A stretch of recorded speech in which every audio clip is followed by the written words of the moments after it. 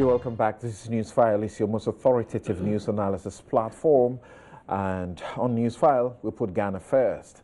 And the Finance Minister, Kenneth Ofori-Atta, left us a while ago, and he was optimistic about a number of things and felt that some amount of the pessimism about aspects of the projections and the ambitions of government may not be warranted, because this is sort of a new style, a new approach with a lot of competence in dealing with government business.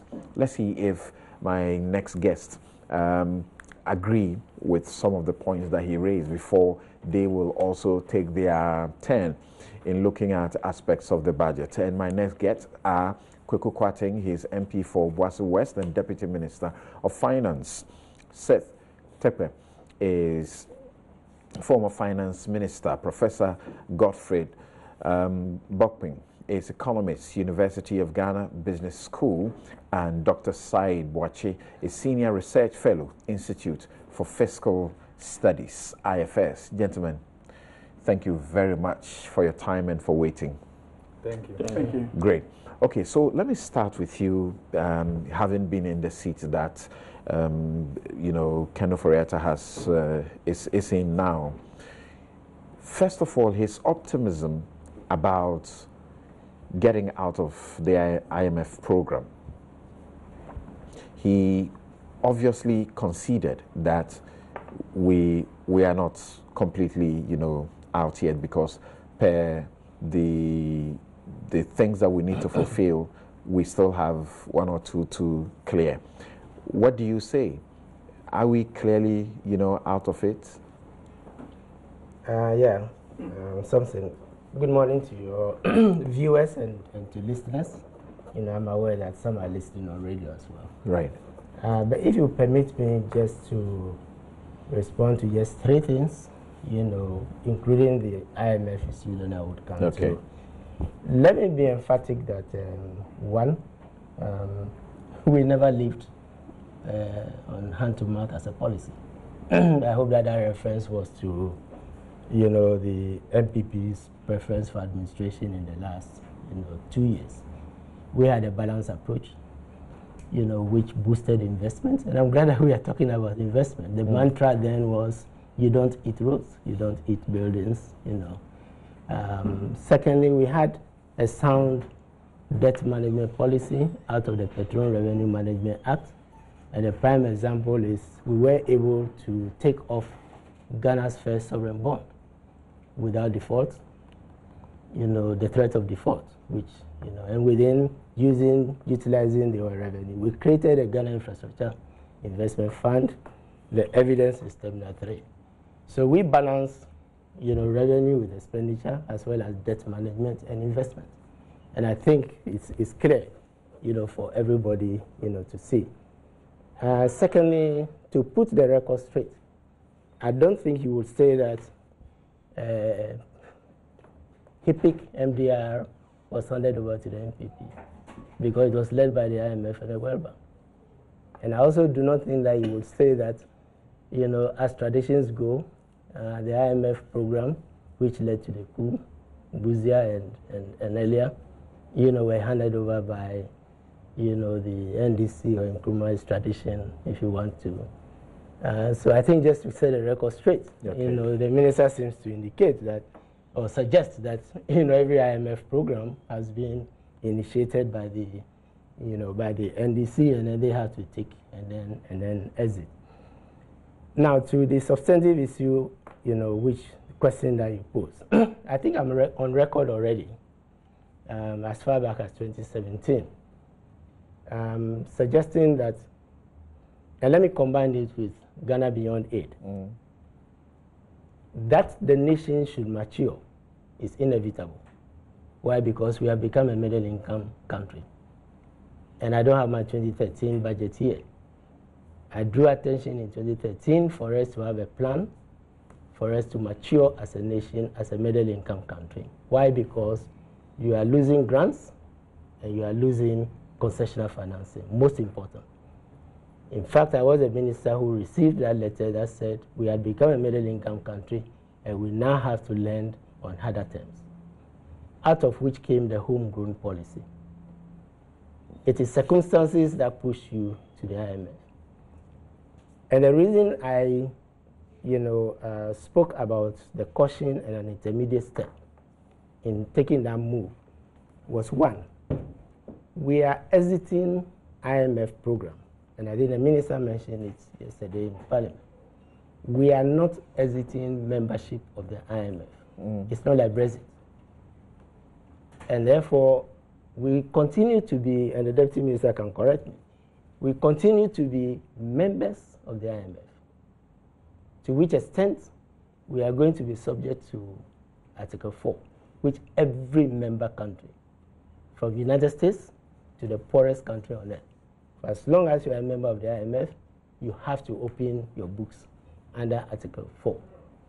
And so this notion that somehow we are weaning ourselves of IMF, and especially if there is any, which seems to be the trend, that we can go on a borrowing, on a, another spending spree, is something that will be highlighted. And once that Article 4, which is a review, the difference between an Article 4 review and a program review is a loan. That you have loan for balance of payment support in the case of a program. Okay. So we are going to be subjected to that review. My final point, to answer your question is, therefore, what I suggested is, just as Kenya, Rwanda, and others are doing, we do a policy support instrument, which is one option which the IMF has, in which within the Article 4, surveillance, and close to a program, you would agree your economic policies, the ones that's going to make us mature, or the ones that's going to make us win ourselves off the plan that we have, which I have not seen presented to the nation yet. Okay. You agree with the fund, and then the surveillance, and then the surveillance will be done in that context. And this is important because once that review is done, it's going to be available to the markets. We say we want to go and borrow. It's going to be available to the markets. It's going to be available to development partners, and it's going to be, available generally for anybody to use to assess, the country. And therefore, this is why we said let us exercise, caution. Now, another point, and a final one. The reason countries go to the IMF is not always, mismanagement. And it's not always that, and I also take issue with the fact, we can come to you, that somehow there has been mismanagement. I already said, outlined our agenda, including, it is because when you are hit by global factors, like 2015, 2016, when crude oil prices fell from over $100 per barrel to close to $40 per barrel, and therefore you are losing revenue, you are losing vital forex, or when cocoa prices fall, and therefore price of cocoa prices fall, or output, or you have a drought, circumstances beyond your control, which inevitably affect your budget and affect your reserves. The institution of last resort is the IMF. Okay. And if there is any evidence to that, when the global crisis hits, we know the famous peaks: Portugal, Ireland, Greece, and right. They went to the IMF. Right. And I can the see first that, time they did that, I can see that Mr. Setepe is ready for the NDC's, big function today. Indeed. He's in a hurry to get out of this place and no, to get I'm not to the in a hurry. first. Right, always. Okay. Now, Dr. Said Boachi, what do you say? Should we be excited about exiting the program, but are the prospects really real in the manner that government communicates to us? My answer is simple. We are supposed to be celebrating. We are supposed to. After all. So there's going to be an opening for us to spend. Hold on. After all, who wouldn't want independence? We fought for this independence the hard way, and the country won it. So an external body coming over here to dictate policies to you is not a good thing. But the question is, this is not the first time the country is going to exit from the IMF, or the country is going to be without IMF in terms of the policies they bring. It starts from when the NLC Busia regime left power. The SRC, the NRC and SMC regime came, and they said they were not going to deal with the IMF. What did you see? There was so much instability. Inflation was through the roof. In 1992, you were with the IMF from 83 to 92, but because of what came because of the election, the IMF left, in a sense. What happened in 93, 94? The same thing happened. Instability, inflation was through the roof, exchange rates was depreciating at a very fast pace, growth reduced. Then IMF had to come. 95, 96, it had to come.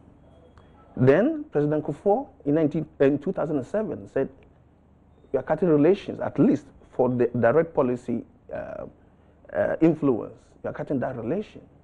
We did. We were supposed to be celebrating by this time because you were told that things will improve. You're going to take control over our policies, and we are going to bring Ghanaian context to policy formulation. In 2008, what happened? The election came. We had fiscal overrun because IMF wasn't there to monitor our fiscals. Instability emerged. NDC came, and it had to go back to IMF. Now you are exiting again. Are you not going to repeat it? That's why I'm saying you are supposed to be celebrating it.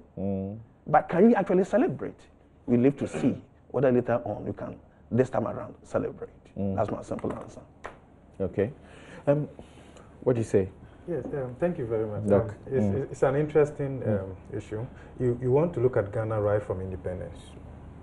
From when Dr. Kwame Nkrumah took over, we had a positive reserves of $269 million. By 1965, the positive reserves had gone down to a negative of 391. Public debt had gone up to $500 million. Between 1964 and middle part of 1965, inflation had gone up from 0.98% to 24.6%. It was Dr. Kwame Nkrumah who first made a call to the IMF for a fund-supported program in 1965. You can check the template and you realize that structurally, the economy hasn't changed that much right from there to 2014.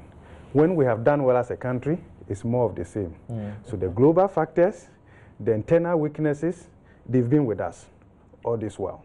Primary commodities, have we done more about it? Not at all. But I don't think that the IMF has forced itself on us. Certainly not. The program is also not an IMF program. It's Ghana government program supported by the IMF. Okay. We made a submission. So if you talk about, so I agree. I mean, we've gone through, in fact, we are with the IMF in terms of the 16th program since independence. We've gone to them 16 times. We might have found love with the IMF perhaps than any other place. That's a story. But of course, we as us in 2006 filed for a divorce with the IMF, and it was granted. After the HEPIC initiative, which we finished in 2004, and then the multilateral debt relief initiative that we finished in 2006. When we're done, our debt to GDP ratio was less than 30%. We thought we could be on our own. We filed for a divorce, we got a certificate. What did we do with it? In less than 3 years, we made a U-turn in July 2009. So between July 2009 and July 2012, Ghana was under an IMF program. We finished that. We should have celebrated that. What happened? Then 2014, we made a call, actually. In August 2014, we made a call, got the program approved in 2015. So even though we are expressing fears about we exiting the IMF program and the tendency to overspend, the evidence suggests that even with the presence of the IMF, we have abused the fundamentals at some point in time. Think about 2016, when this current program was still running. We couldn't keep to the fiscal discipline. I mean, so if you are talking about the deficit that we are struggling to manage today, essentially came from 2016 election excesses that we are trying to reduce. Instead of doing less than 6%, we did 9.3% on cash basis, more than 10% on commitment basis, we are told. then we are. You would also observe that the latest IMF program was also influenced strongly by the way we conducted the 2012 elections and the excesses in terms of the fiscal deficit and then the current account deficit. Of course, it's also coincided with certain global factors, but aided significantly by internal weaknesses. You can talk about the energy crisis and all of that. This has been our reason. So when you look at it, it cuts across the major political parties. Right. So really, I would prefer that we'll put up an approach that says that this is Ghana. Because we've seen it with this party, we've seen it with that party. Okay. What is it that we can do? Let's pick the ideas from this party, from that party, and then let's move forward. Okay. So the two of you clearly rebutting, affirming Mr. Setepe's point in rebuttal to Mr. Kenneth Foriata's claim. But Kweku, see, you look into the budget, you see Eurobond, Century Bond, $2 billion Chinese loan. Are we not borrowing too much? Have we built enough assets to support this? Question is, are we not going to take this country back to a high debt distress situation? So what's the point in saying we are happy that we are getting out of IMF? Well, thank you, and good morning to viewers and listeners. I think before I answer that question, it is fair that you give me a chance to comment briefly on the issue of hand-to-mouth and why or whether we should be going to the IMF. I disagree with you when you say the point that have been made around the table rebuts what the Honourable Minister said. Indeed, the point that has been made around the table is that we have been living from hand to mouth. Okay, let me be specific here. The rebuttal I'm speaking to is what Mr. Setepe, the correction he brought on, that it is not accurate to say that it is the NDC that always takes the country to IMF and the NPP comes in, as a savior. That's the only point. Okay. Yeah. Well, but that point in respect to yeah, that's okay. So go ahead with the hand-to-mouth. And the hand-to-mouth at paragraph 257. Yeah. This is what the minister said about hand-to-mouth. Okay. He said, the decision to raise these ultra-long-term bonds, he was talking about the Century Bond, is not intended to derail our debt sustainability path, but rather to enhance it. If we really want to uplift ourselves out of this hand-to-mouth existence and put our country, Ghana, on a firm trajectory of growth and prosperity, we will need to source long-term affordable financing to invest in strategic infrastructure over the medium to long term. And again, you can see clearly, he didn't make a blame of hand-to-mouth specific to NDC. So let's go. No, I've not made that point. I must forget that we've been living from hand to mouth as a country. And you listen to the comments around the table, including the point Honorable Tepe made, and you are left in no doubt that as a country we are living from hand to mouth. You see, when you say that you have external shocks, as an economy, you have external shocks, so you run to the IMF. Is that not hand-to-mouth existence? You must manage an economy so it can respond to shock. And we have been, what the minister says, and it's an observation we all agree with, that we are living from hand to mouth. It is in different parts. First, and I'll do this quickly, Samson. Look at the current IMF program. In 2012, we had the unprecedented deficit, huge deficit, that we have been trying since to battle. In 2013, when President Mama became president, he said it is down to the bone on the 21st of February 2013, and suggested that there will be a homegrown program to take us out of the situation. Honorable Tepe came to Parliament to give us in 2014 a set of things government want to do as a homegrown program. That was in 2014. I remember asking Honorable Tepe on the Finance Committee whether the country intended to go for an IMF program. And Honorable Tepe in 2014 told us that we did not intend to, because as a country, we cannot so manage our economy that anytime there's a problem, we run to the IMF for a solution. That was in 2014. In 2015, government and Honorable Tepe, leading the economic management, said, now we have to go to the IMF. Why? Because we had been unsuccessful, in spite of the homegrown policies, in addressing the challenges that Mama said had arisen. We needed policy credibility. Good. And yes, you see, when you need policy credibility, what it means is that you have so managed your economy in a way that investors and people interested in your economy no more trust that you will do the right things. They no more trust that if they invested their money in the economy, that they would have return on their investment. That Volkswagen and Nissan will not come saying we want to come to your country. Of course they will not come. Okay. So we ran to the IMF. In early 2017, when the NPP administration came into office, the IMF said, you came to us in 2015. We did not force ourselves on you. You came to us for 1, 2, 3 reasons. The reasons for which you came to us still exist. And so, well, if you want to exit, that is okay. But we will tell the international community that you are probably more sick than you came to us in 2015. That is the economy the NPP administration inherited. So when the minister says, we have been living from hand to mouth, and therefore, now I come to the point about long-term, these long-term facilities, and why we need to run away from going for small facilities. We come, some of the money goes into recurrent expenditure. You start infrastructure projects you don't even complete, and then you are where you are, your indebtedness goes up. What this government intends to do is to make bold decisions. And if you look at the nature of the facilities we have been discussing, the Sino-Hydro, they are not facilities that would immediately burden your public debt.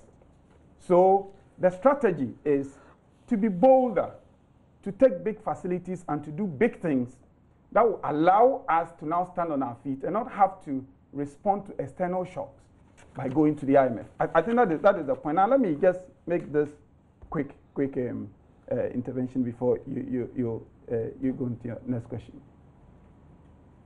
We do not take the view, we are not one of those who believe that the IMF is necessarily a bad partner. After all, as I have indicated, they never force themselves on you. But we believe that we are proud Ghanaians, and I'm explaining to conclude why we are excited to exit the IMF program. We are members of the IMF, but it is one thing being a member. There are many members of the IMF. They don't go for a program anytime there's external shock or anytime we mismanage our economy. We spend huge amounts running elections and running unjustifiable deficits. They don't do that. So it's not about being member of the IMF that we're discussing. What we are saying is where you go to the IMF to say, I am sick, come and help me recover. That we are saying we should not be in as a proud country like Ghana. And let's face it, the people in the IMF, I respect their economists. When they meet us, I don't think they are extraordinary human beings. Yeah. It is because we lack the discipline, we do the wrong things, and then we have to go to them for a bailout. Whether, when you say policy credibility, it's worse. When you say that as a person, you go out and say that I'm not credible. So please come and be around me so that people will think that I'm credible. That's policy credibility. So the NPP, we are excited about leaving the IMF. We hope, and that is what we're going to work towards, that we never have to return this country to the IMF. And it is not because we intend to expand expenditures. Okay. In fact, to conclude, something, just have a minute. In fact, we'll be setting up the Fiscal Council. We are bringing Fiscal Responsibility Act. Another bureaucracy, isn't it? No. Already we have the Public Finance Management Act. We may well choose to amend portions of it to reflect the new things we want to see in the Fiscal Responsibility Act. But what I'm saying is that we are happy to be out of the IMF because we are a proud country. And that is what Ghanaians out there want. They want a proud leadership that will govern this country and make us the Ghana that God wants us to be.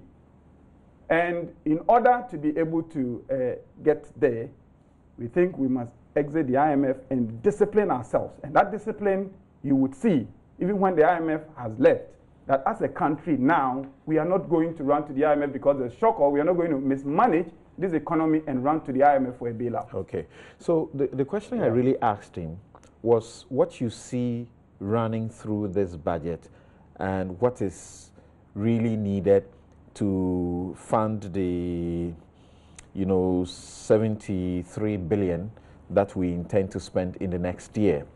You're seeing bonds, you're seeing Euro bond, you're seeing Century bond. The question I'm asking is, it does appear we are getting to borrow too much and going to plunge the country into a debt distress situation. So what should be the celebration about getting out of IMF? Well, let me just state that we should be minded to remember that we did a homegrown, as I said, in 2013. In 2014, 2015, we went back into the IMF program because of single spine as one factor. Subsidy, there were others. I don't think we should forget, and this was a policy, which lacked planning, which lacked a plan, just like some of what we are talking about today. And what I foresee is with one, revenues which we were promised would come. Two, programs that will be funded outside the mainstream revenue.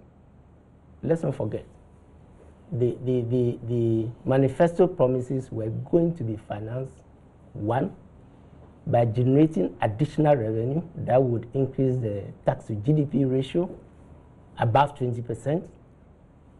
Two, we were not going to borrow, right? We've gone back on this. And I'm saying if this trajectory continues, as you ask,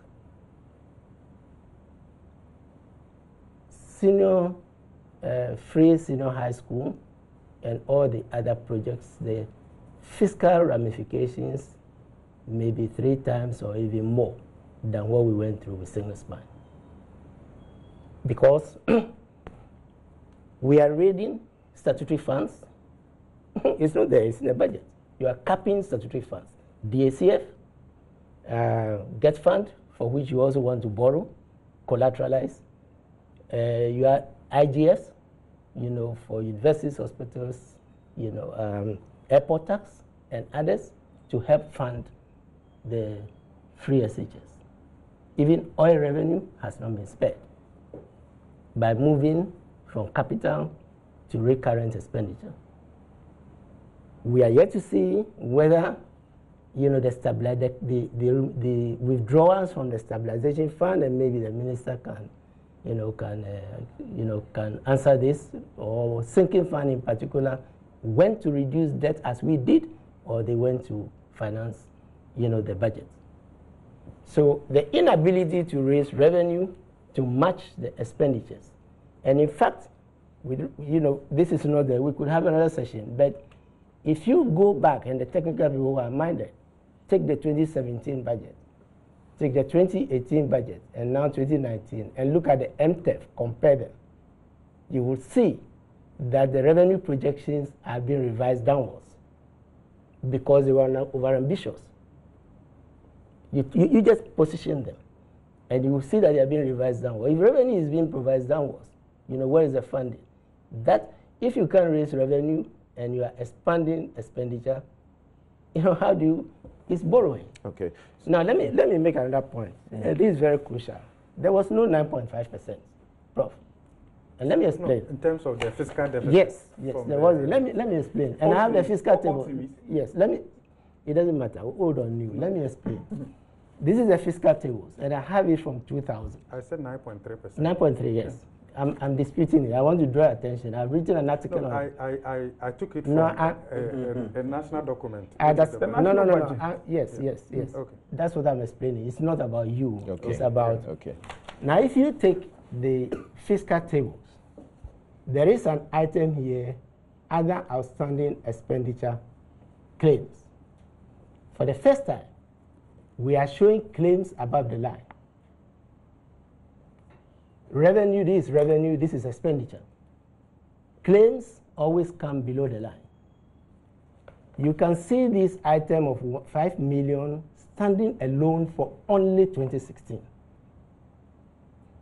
When you go down, you will not see 5 billion. You will see a number of items which add up to the 5 billion. What was done is an offset.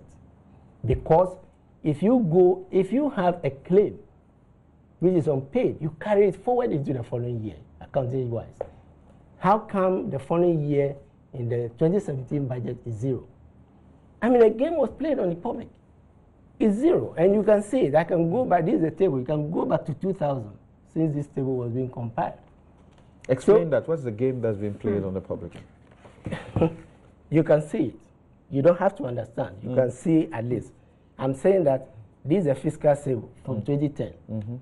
And I can go back to as far back as to 2000, right? And this line has never appeared in our fiscal tables until this is the provisional outturn for 2016, which is the budget we left behind. When the claim was made that we had left arrears of 7 billion, remember the Auditor General came out with a report that said it was about around 3 billion. What happened to the difference? What happened to the difference? Please. Just, okay. I'm explaining the point. Yes, I'm explaining the point. There were 3 figures mentioned. There was 11 billion, which is from the contract database. And you can take the guideline. There was 7 billion that was mentioned, and there was either 3 billion at the New Year school or 5 billion. And the reason is that we were moving the country to accrual accounting. The 7 billion did not fall strictly into the definition of arrears, which is 3 to 6 months of outstanding bills at the Ministry of Finance that were. And you can pick the full details is in the Auditor General's report. I urge you to go and look at it. Now, what I'm saying is that, at least visually, you can see this line from 2010, and you can go back. There has never been a line like this in our fiscal table, which shows the revenue and it shows the expenditure. Why? Because these are cash received and cash paid. If you have a claim which is unpaid, it is shown below the line here as arrears. This item appeared 5 billion. 5 billion. This is 2017 in terms of budget, and I have the budget here. In terms of budget, it vanished. Zero. Now, so this 5 billion, and if you add this 4.2 and the 7 is exactly equal to the 5 billion. So what was done was an offset. A second point, you will see that again visually that this balance line is 18. It falls to 15. It has never happened. You can see this is 2, it increases, right? Anytime 4, it increases. 9, it increases. This is the only time that it decreases. I'm talking about your commitment on a cash basis and on a accrual basis. So we can look at the deficit on cash basis. Of course. Exactly. But sorry, the point I'm making. So what's your figure of the deficit for 2016? It's minus the 5,000. Because what percentage would that be? 5 billion. 5 or 8.7 or so. You know, 5. We were projecting something around 5. 5%. So 4.0, yes. You did. No, I have not done the because it has to take time, and I urge you technical people to validate this for yourself. All right. Thank you. Thank you. Yes, just quick. A small question. Yes, quick. Yeah. The analysis you have made, do you make that across time over which we have been presenting budget statements, or you are isolating only 2016 to 2020? No, Honorable Kwatin, this is a fiscal table from 2000, and this is the item I'm talking about from 2000 to 2009. It's not been populated. Yeah, it does. And then you go from 2010 through to 2016, and that's the only time it appears. And then from 2017 No, you know, it vanishes again. That's not the bit I'm focusing. What I'm asking you is this. Let's talk about the budget. Let's go on. Yes. Okay. Thank you. No, it's because the budget is. Okay. I raise it because the budget is. Okay. Thank you. Thank you. So Dr. Bokme, I really ask a question because people have that fear also, that you're looking in the budget, you're seeing bonds, Euro bonds, Century bond, Chinese loan, and we're to be celebrating exiting IMF. So is it being too quick to be pessimistic and to sort of raise alarm bells for those who are saying we may be now beginning yet another process to get us into, you know, debt distress? Yeah, I mean, I'm not too, well, let me put it this way. I mean, we are almost there right now. If you look at the latest debt sustainability indicators done on Ghana, we've breached most of the indicators. That already suggests that we are already high risk to that extent. I mean, don't go far. Let's just come home. Look at the 2019 budget. We are looking at raising 42.9 billion cedis by way of non-oil tax revenue. Okay. At least that's what we have control over. Largely, you want to be able to plan with that. And what I'm saying didn't just start with MPP. It's been with us, and I think it's something that we have to address holistically. Out of that 42.9 billion, we are spending 19.4 billion cedis just on wages, salaries, and all of that, just for public sector workers. The next biggest item in resource allocation is debt servicing. 18.6 billion cedis of what we are generating. Interest payments. It just goes to debt servicing. Right. We are not talking about principal repayment. Yeah. That tells you the burden of the debt already. You know what 18.6 billion could do for us? It could do so many things.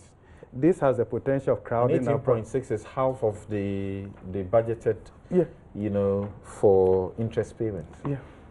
And then and then look at how much we are setting aside for capital expenditure. 8.5 billion cedis. Yeah. So Go to the memorandum item. You Yeah. this 12. yeah, yes, I'll come to that. I'll come to that. But of course, that also translates to the To borrow. borrowing essentially. Okay, Those are so coming from revenue. yeah, Well, essentially. I So Yes, so proceed. You're right yeah. about that. 8.5 billion. capital So expenditure. yeah, you can see this over a certain period of time, and this is not helpful for us. It's not helpful for us. So, and we haven't been able to enhance our revenue envelope consistent with our status as a lower middle income country. This is Ghana's problem. Look, one basic function of the state is to collect taxes. You are able to do so much without undermining the fundamental of the economy if you're able to generate a lot of tax revenue, especially. We are told by way of direct taxes, just about 1.5 million Ghanaians are paying actively. That is not acceptable. Even in addition to that, if you look at the composition, the various elements in there in terms of the tax, you can talk about VAT. Even though we have imposed VAT, we are not efficient in terms of our VAT collection. I mean, we are doing less than 30%. Others are doing 56, 46, and all of that. And again, when you open that up, you can look at the various tax concessions that we have given, exemptions, and all of that. In fact, sometimes I don't worry myself because we don't need to do all these things ourselves. Other think tanks and bodies have done analysis and told us how, as a country, how much we are losing on annual basis by way of tax exemptions and all of that. These are issues that I want to believe that cuts across the major political parties that we should be able to look at comprehensively. Can we do without borrowing? No. If any government came to you and told you that we will not borrow, then they don't know what they are about, or perhaps they don't have a good understanding of the economy. But I think that we found ourselves in a situation where we have to borrow, but we also, more importantly, have to be concerned about how we invest those monies. That's more important. In the last 5 years or so, we have done a lot of borrowing that have a short-dated tenure, and that itself doesn't really help us that much. So I understand. And this didn't start with this government, actually. It started with Honorable Setepe with the smart borrowing, the debt management strategy, and all of that. Of course, also supported largely by the IMF program in terms of their inputs and all of that. So we can't run away from that. You can also see that also feeding into the Public Financial Management Act. So the desire has been to extend the maturity profile. And by so doing, we'll be able to confer some space, fiscal space for the state in order to do a lot of things. And this government, I'm happy to the extent that the government is building on that. And we have almost normalized the yield curve, which is quite good. But going forward, this is a country that has a huge infrastructure deficit and yet doesn't have a borrowing space. What do? We have to take certain bold decisions. And that is where I think that I can agree with government largely that we have to take certain bold decisions in order, because the huge infrastructure deficit also impose restriction on the growth drivers of the economy. Okay. And ultimately, the most effective way to manage your debt is to grow your economy. Okay. Now, Dr. Said, the reality of the analysis he makes, 8.5 for capital, expenditure, and then 18.6, we're going to service debt. This means we are paying 10.1 billion more as, interest payments than we are budgeted to spend on, capital projects. Tell us, break it down. What does that mean for this economy? You see, it is because of this one, what he has said. That's why I'm a little bit concerned about the kind of budget they have prepared. For this budget is throwing off the fiscal consolidation the country is on. We need to grow the economy. But you should also remember that the economy, the government is only one component of the economy. Okay. You have consumers, you have businesses, you have the public sector. Yes, you need to grow the economy, but the government has to be careful. For the fiscal situation is not so favorable for you to reverse the fiscal consolidation process. And one would like you, why are you saying that? In fact, this budget in particular is an expansionary budget. The deputy minister is looking at me, but let me prove to you right away. You see, when they came into power, they rightly pursued fiscal consolidation. They needed to, because the fiscals weren't in good shape. So if you look at 2017, total expenditure, including arrears payment, they increased by 5.3 billion.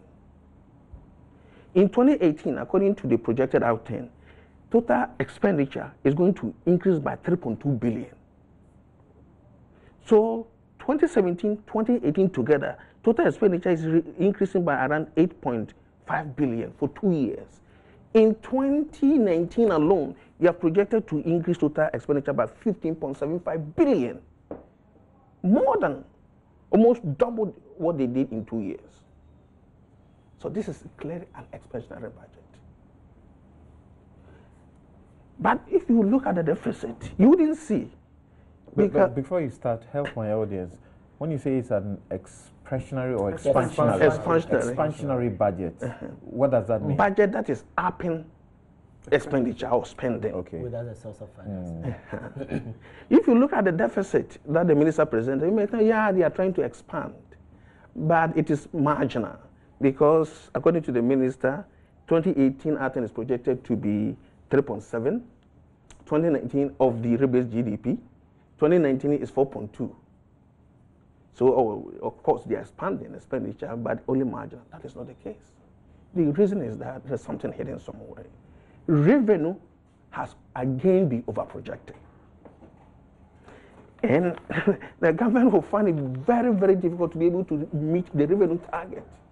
Why am I saying this? Let's look at the total revenue and grant numbers. In 2017, the government did very well. In fact, they beat my expectation by increasing revenue, total revenue and grant by 7.8 billion. In 2018 alone, the highest. I mean, I have number since 2009, and this is the highest, 2017, 7.8 billion. In 2018, they were able to increase it by only 5.3 billion. So it went down. The additional revenue in 2018 went down. So far, 3 quarters. According to your projection. According to your projection, you are projected up to the end of the year. It's going to go down. Now, in 2018... No, he says so far 3 quarters. No, but they have done projected outing. Projected outing. Okay. So 2017, 7.8. 2018, 5.3. In 2019, they are projected to increase revenue by 12.1 billion. If you add those 2 years, revenue increased by 13.1 billion for 2 years. In 1 year alone, you are projected to increase by 12.1 billion. How do you do that? If you compare the fundamentals in 2019 to fundamentals in 2017, you realize that the 2017 fundamentals were stronger. Why? Revenue increases from 3 main sources.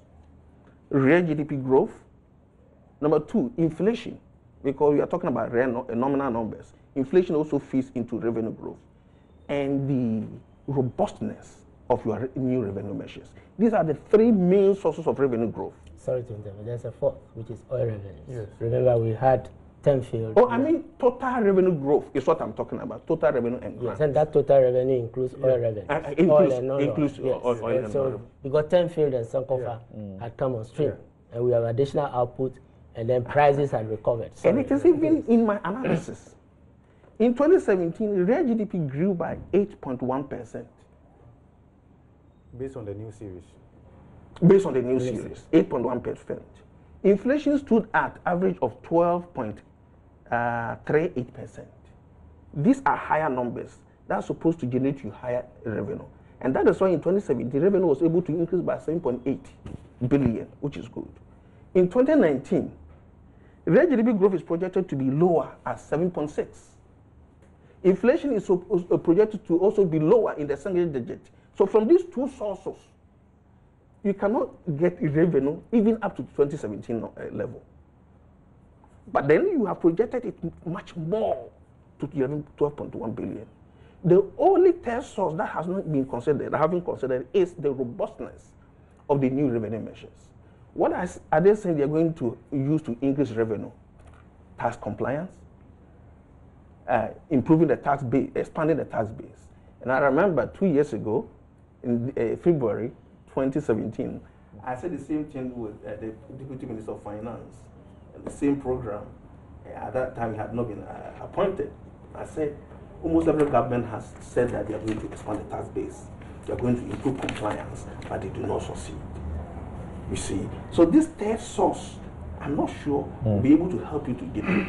So while expenditure is being upped, revenue projection to match it is overly ambitious. Okay. Now, please, before I end, let me add the lesson I'm trying to give the government.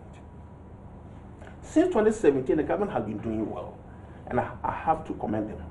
If revenue is not coming in, expenditure is reined in, so that the deficit target. But I'm observation. I'm afraid now the IMF is but not there was there. an offset. Are they going to keep to that standard? That if this projected revenue is not going to come in, they're going to rein in expenditure. If they do that, you have your doubts. If they do that, it is okay. You have your doubts because the president shows that whenever IMF is not there, this is the trajectory. Okay, all right. So Thank you very much. Thank you. No, hold on. Yes, let me bring in Kweku Kwarteng. Or we take a break. We return. We have 1 whole hour, and then I'll bring in more of the questions that ordinary Ghanaians are asking. Yes, so that they can tone down a bit on the hard economics. We'll be right back.